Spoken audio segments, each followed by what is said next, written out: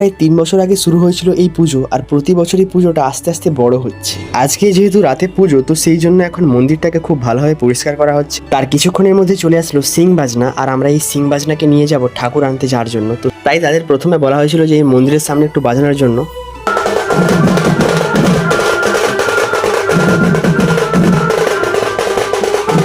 আমরা যাচ্ছি আমাদের কালী ঠাকুর আনতে।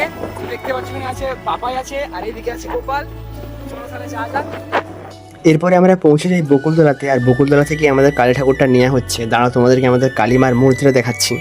ঠাকুর নিয়ে আসার আগে যে সমস্ত কাজগুলো হয় সব কাজ করে আমরা আমাদের ঠাকুরকে নিয়ে চলে আসলাম টলির ওপরে। তো চলো তাহলে এখন মন্দিরের দিকে যাওয়া যাক।